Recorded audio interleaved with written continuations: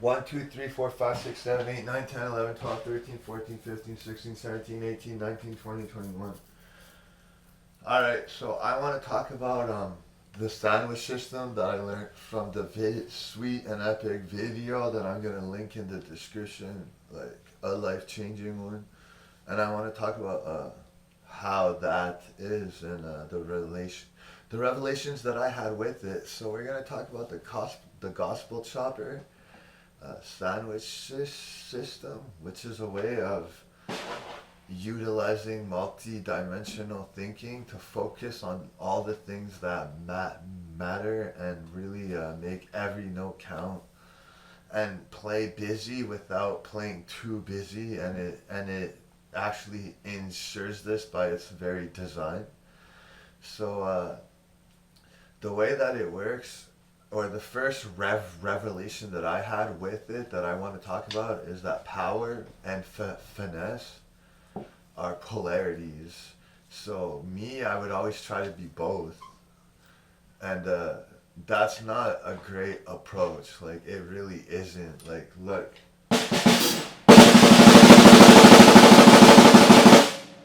power, finesse. So how are you supposed to be both of those things at the same time? It's impossible.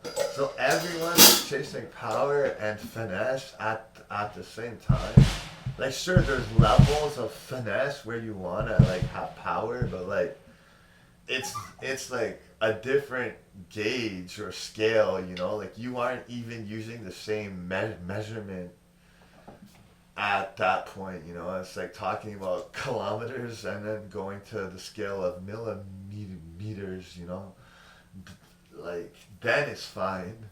But if we're talking about kilometers, it's not fine. So again, finesse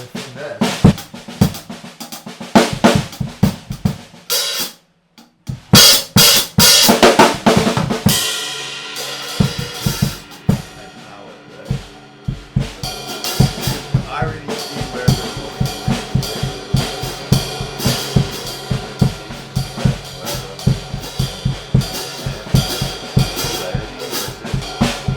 Way more. We're not focused on a single one, because then sometimes they're gonna sound good.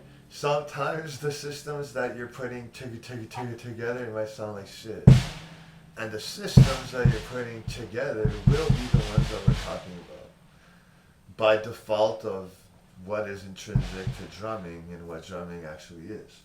So what we're gonna talk about is the sandwiching of complex, simple, and then finesse and power.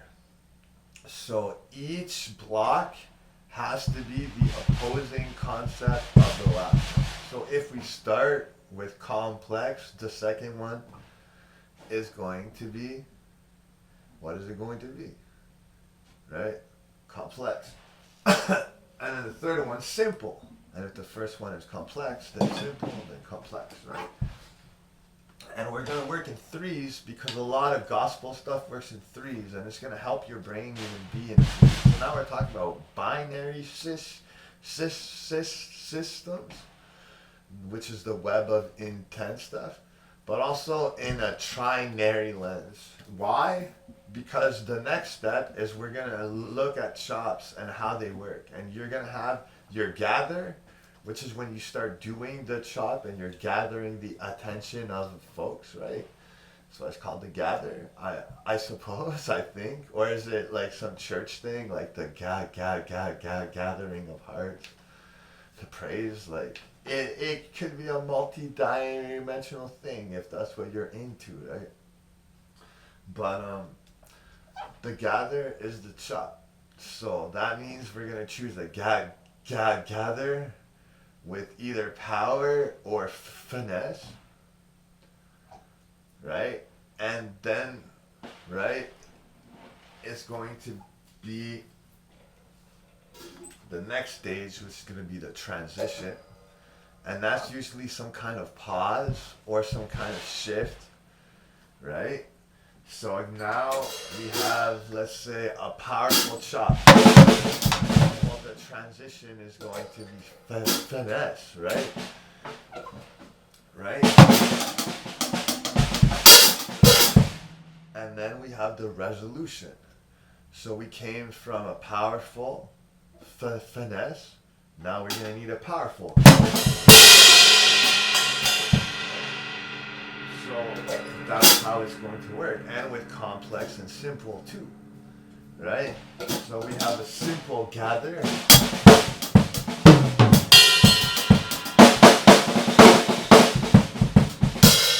That's a more complicated transition in contrast thereof.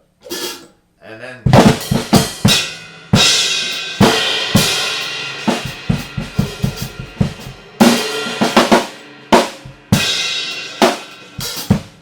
so we just did a different transition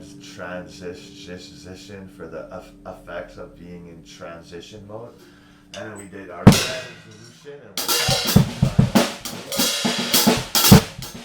then you can keep doing this from different places and start doing a lyrical drumming approach where each chunk, 1, 2, 3, starts being on the song structures.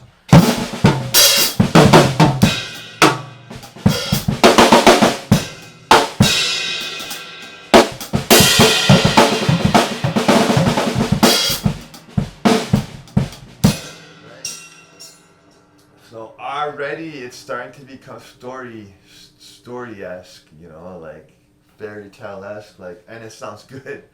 That's the main thing, right? That sounds good. So understanding that finesse and power are polarities, and that they're not like on different things, you know, they're on the same tool. And for sure you can try to be finesse and power, but it's not going to come off as finessey as when you do drastic changes, right? Within a musical setting, right? It's not just random and one-dimensional, because then you might be forgetting the thing that counts within that moment. As now you have a multi-dimensional, wide enough room for a soul or a higher self to be in and really listen and make the decisions, right?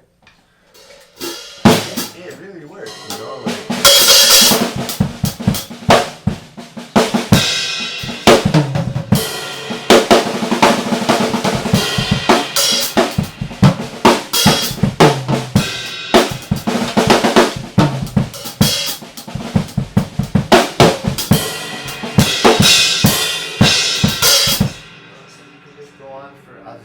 As you want. And the next thing that I want to talk about is a cool chop and how to put it inside this, but also just how to make it less rough, even though it's like a rough, complex, or dense. We're gonna de-densify it, but we might even add notes. But watch, right? So it's kind of making simple and complex, blurring those kind of lines and going back and forth, but with still like when one switches, the other's not there, not trying to be both at the same time, right? So we're gonna do flat tap, diddle, diddle, tap is our first thing.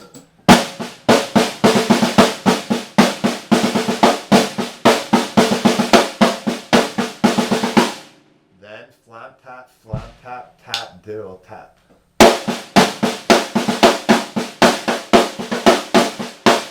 Then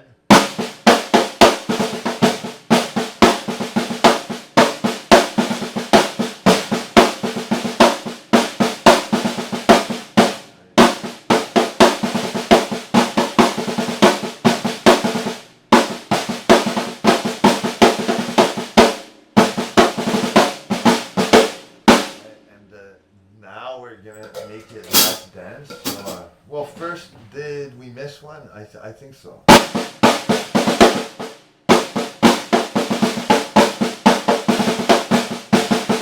No, don't think we missed any. We got yeah, no, all right. So now the next step is we're gonna mix those, but not in groups of 14, but groups of 7. So it's gonna, instead of feel like 7, depending on where you move them, it's gonna start feeling like a 4 or a 3. So it's gonna like be more ear pleasing to like the like normie, but you're gonna still be playing the same sticking, right?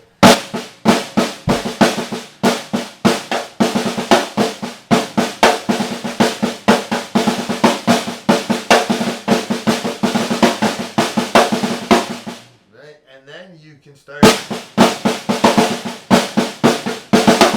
right? You can start to add accents on like the like diddles.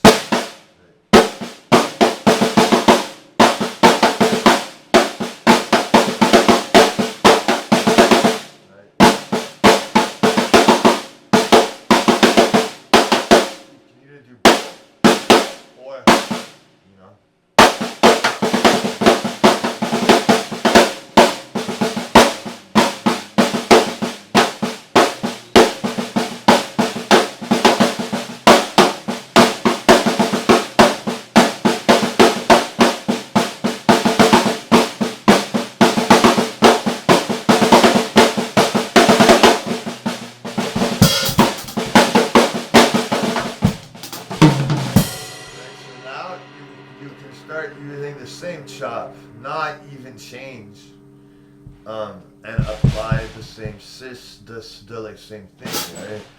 So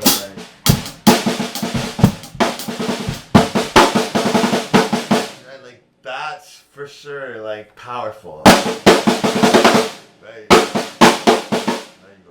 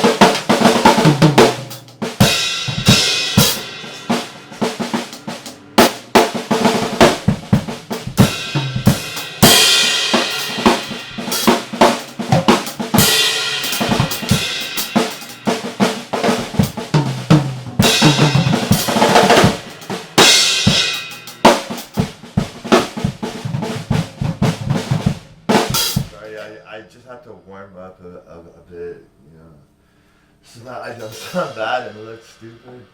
So yeah, you see, like that's a cool one, and there's a lot of different things that you can do with it at different rates, at different textures, and different volumes, different orchestration.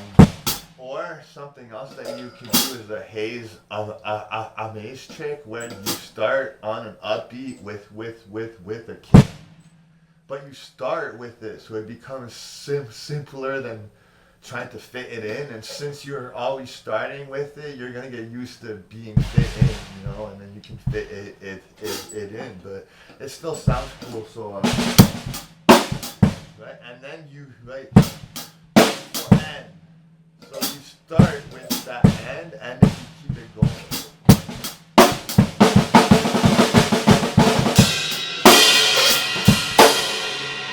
Start with it, it becomes less hard than.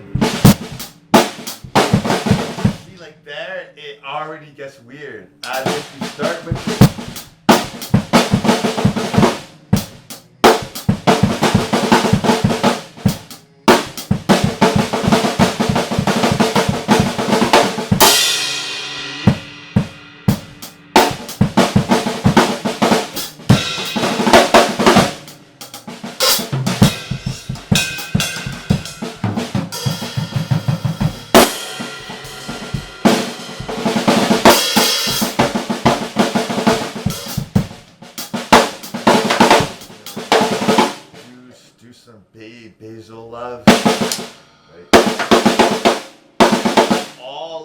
basal quintuplet stuff becomes power,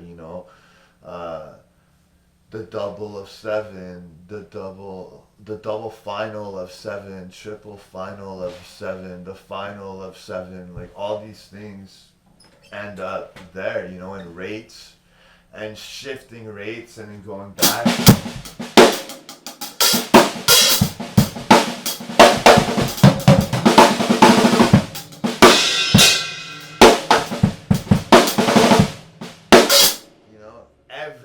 Everything is thought of. You have your gather where you shift the rate, your transition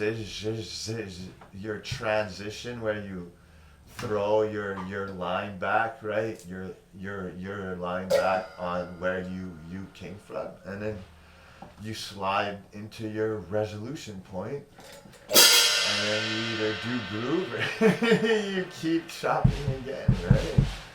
And it always works. And let's show how it sounds bad when like you don't do the binary, when you just do the trinary.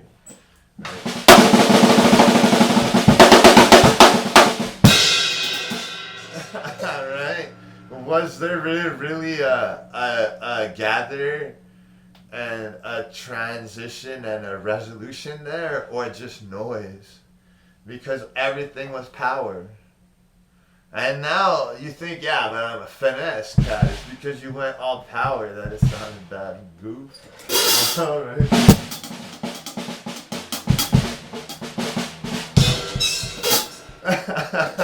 Like, okay, it's less bad, it's less harsh to like the ear because it's not like but is it good?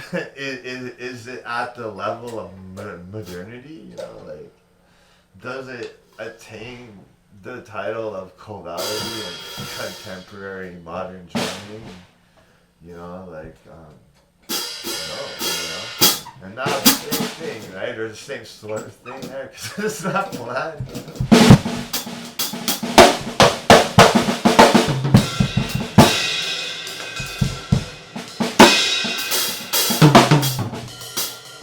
Like, I want to keep going because it sounds good. As when I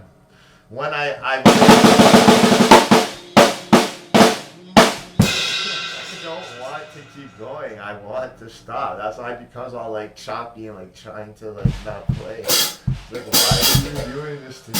Is what the drum is saying. Why are you making me say these horrible things? It's like someone that's trying to make you say the N word or some bad stuff. It's like, don't be that guy, right?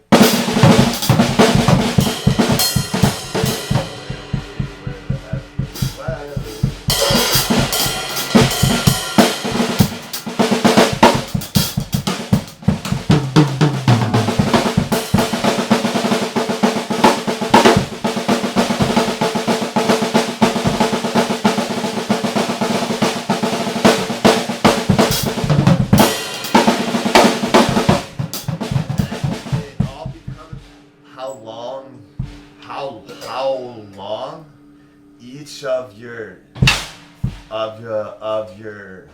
sections of your trinary systems are, the more it's gonna sound, the more long, the more complex the song is. I mean, the more long, like stretched out, the more it's gonna sound, and starting with simple, the more that it's gonna be pop, right? And like, so instead of going to a build, to a transition, to a resolution, to a little groove, to a big build, like instead of doing that, it's a bit more stretched out, You can do that more on pop. And the more fusion you get, the more that it's going to be either really short or long, but starting with the complex. So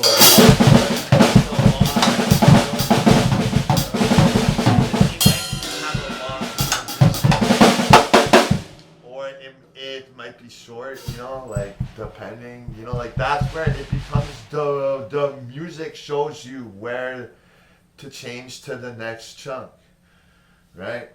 As long as you keep jumping between these three mirrors that are layered with a different three mirrors that are layered with two mirrors twice, you're fine. And then you can start to add more polarities and more nuanced polarities and more like if you have genre to sub genre, specific player, specific song, specific groove. If you're not mocking, but like you're a contemporary guy that knows every fill and you're showing ode. It's kind of not the same as if you're can only play that one Eric Moore lick and you're mocking his like shit. Me, I don't really mock. I just do my own thing. Like I've never learned elongated chops, so I would just try to mix as many stickings and things as I could in a like legato kind of non-stop locomotive way. And this kind of gives it order. Instead of going...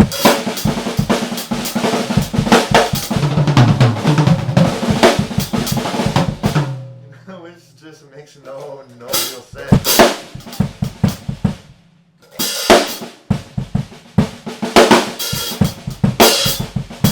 Like, any error can be a transition, like you saw there. Because that's what a transition kind of is. It's like a tricking of like a year. Go here.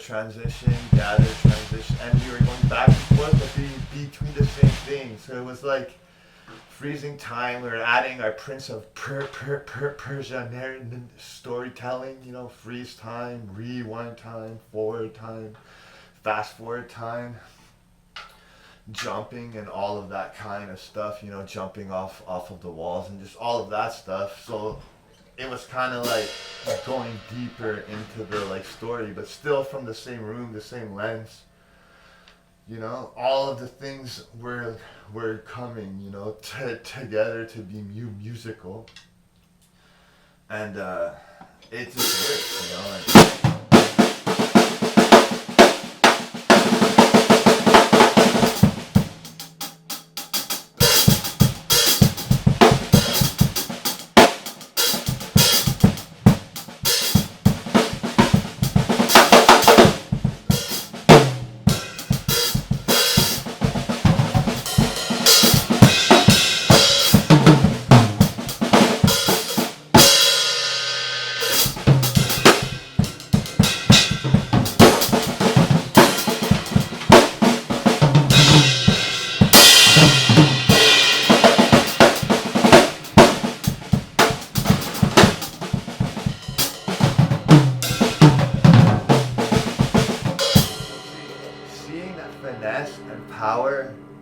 are polarities, and should be mixed with caution. It's not that they should never be mixed at the same time, but they should be mixed with caution. You know, like these are unstable foundations.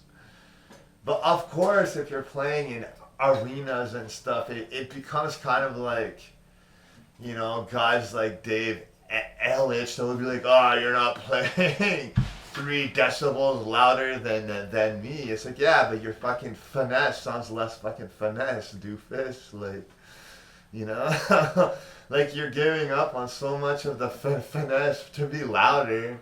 It's like no one gives a shit about that. Like, you know, like go be a hired gun and suck the cock of pedophiles and shit and work for pedophiles and heroin heads that don't give a fuck.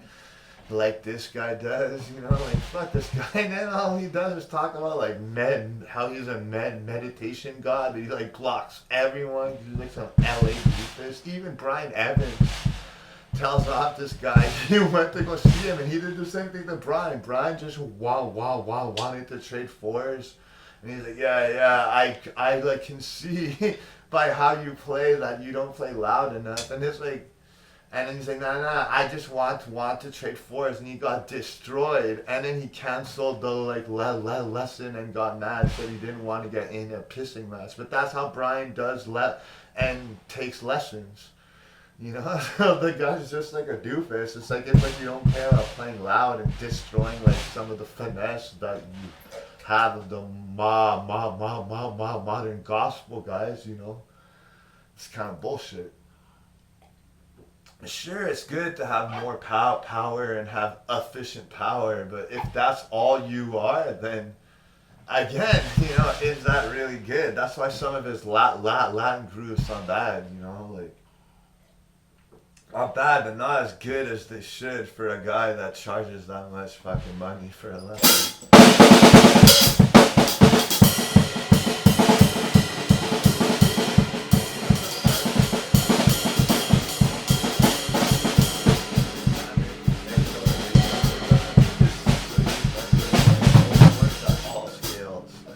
From little weird kids to fucking the higher ups at the military.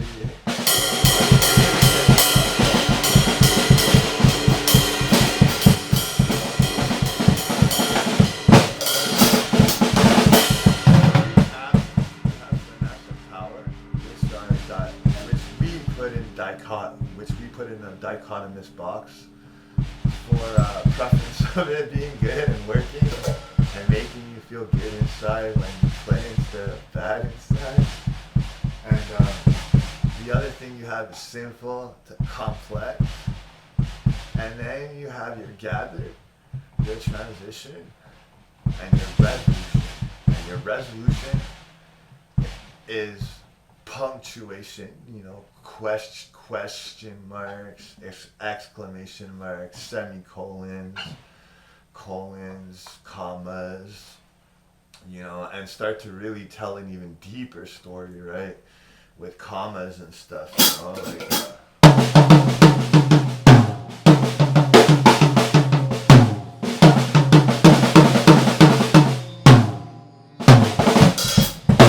you know, so like that was kind of like a comma. It was like this guy and this, you know, comma, this guy, comma, and this guy. No, so this guy that does this thing, comma, this guy that does this thing, so we know that it's this guy, comma, this guy that does this, comma. And then, you know, we did, actually, we got complex. We did a semicolon type stuff. And poetic tangent, and